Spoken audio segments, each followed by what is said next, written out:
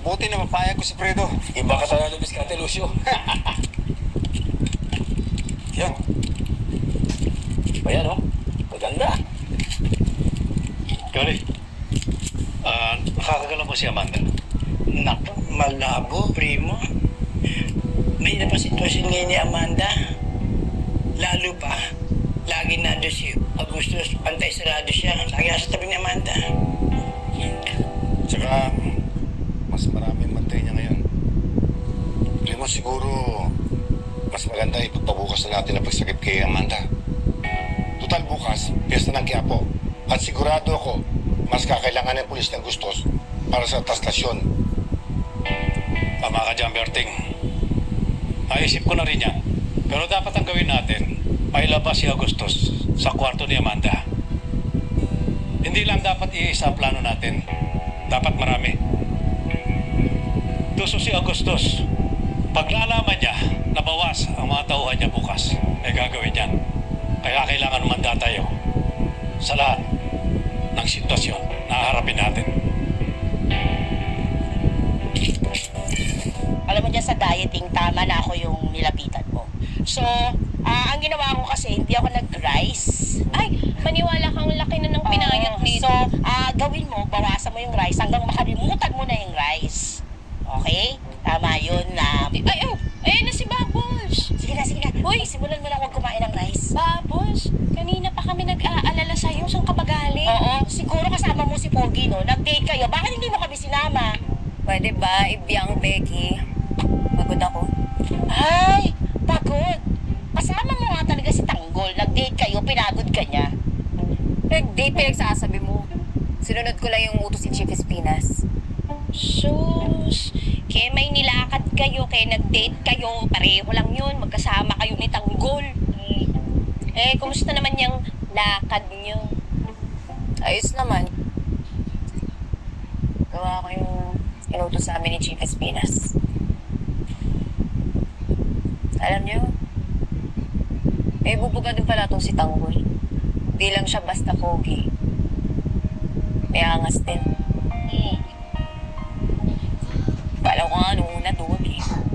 Dami niyang arte bago kami umalis. Oh. Pero, yun pala, matindi.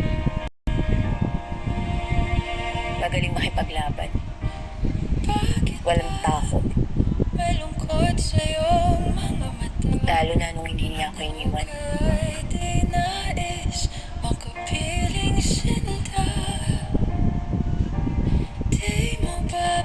Hoy, Bubbles! Ay, bakit ka kinikilig? Kinikilig. Sasabihin niyo. Confirm!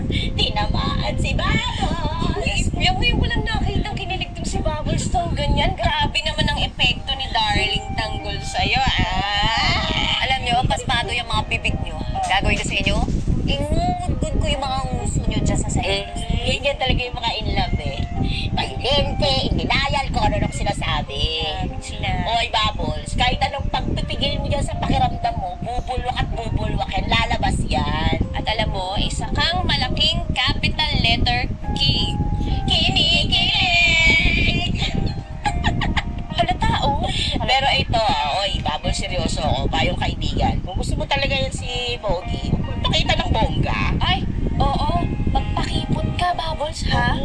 Sabi mo kanina maangas. Dapat mas maangas ka. Yes. Huwag mong papayagang matanggal ang angas mo. Sungitan mo, huwag kang umiti. Huwag kang ngingiti. Wala, kahit ano. Huwag mo ipapakita yung ngiti. Tapos, pwede ka lumapit, pero lalayo ka rin para alam mo kung ano yung nangyayari. Ha? Distansya. Tandaan mo, Ha? ikaw ang boss. Sinong boss? Ikaw! Alam nyo, pagod na ako. Matulog na kayo. Mag-diet ka kaya? Na rin kayo magkanin. Uy, turo mo siya. Walang kanin. Eh, di huwag ka kumain ng kanin.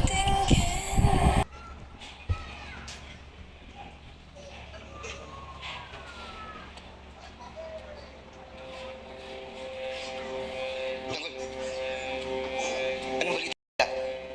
Anong sabi? Inuutusan ulit ako mo si Chief Espinas. Ano daw?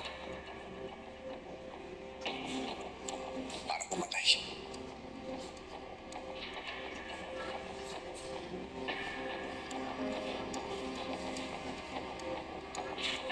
Sino?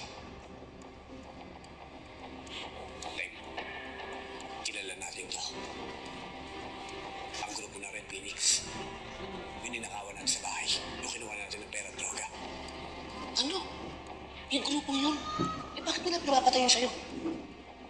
Hindi ko rin alam eh. Sigurado ako, may nagbayad para ipapatay yung sindikatong yun. Malamang may ginawang katarantaduhan, kaya binabalikan sila ng mga kaaway nila. Ano yan? Papatay ka na naman ng tao, tanggol? Hindi. At sinabi ko sa kanila, kinakailangan ko kayo sa bukas. Oh, Tagol, ba't pati kami dinami mo? Ibig sabihin, magiging mamamatay ka ako na rin gabi. Hindi. Naisip ko, yun ang malaking pagkakataon para makatakas tayo lahat. Isasama ko kayo bukas. At pagkatapos mo, tatakas tayo. Hindi ko susundin ang inuutos nila sa akin. Eh di, ang ibig sabihin ng tangkol, hindi na kayo matutuloy sa plano niyo mamaya. Pero, hindi naman na siguro. Mas malaki ang pagkakataon namin ito makatakas. Bagay, tama ka, tanggol. Maraming tao. Mas maganda ang pagkakataon niyo para makatakas. Tagol, sandali. Paano si Owen? Kapag nakatakas na tayo bukas, saka natin babalikan si Oil sa ospital para itakas.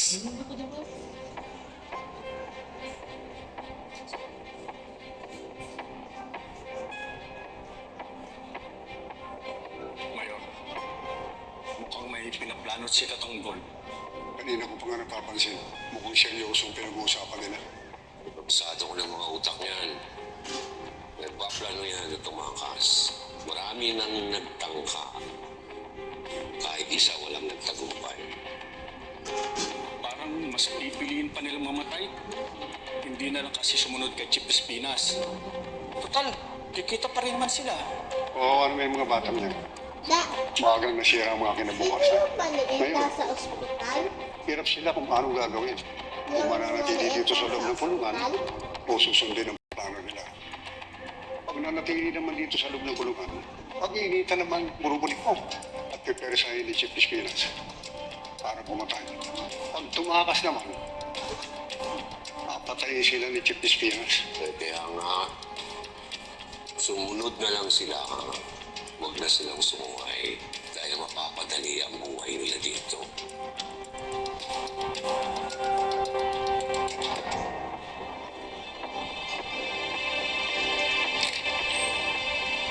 Chief, si Mayor, gusto ko yung makausap. Mayor, ano yan? Chief, ika kung nag-uusap sila tanggol at yung grupo niya. Mukhang may binabalak. Ano? Sa palagay ko, binabalak nilang tumakas.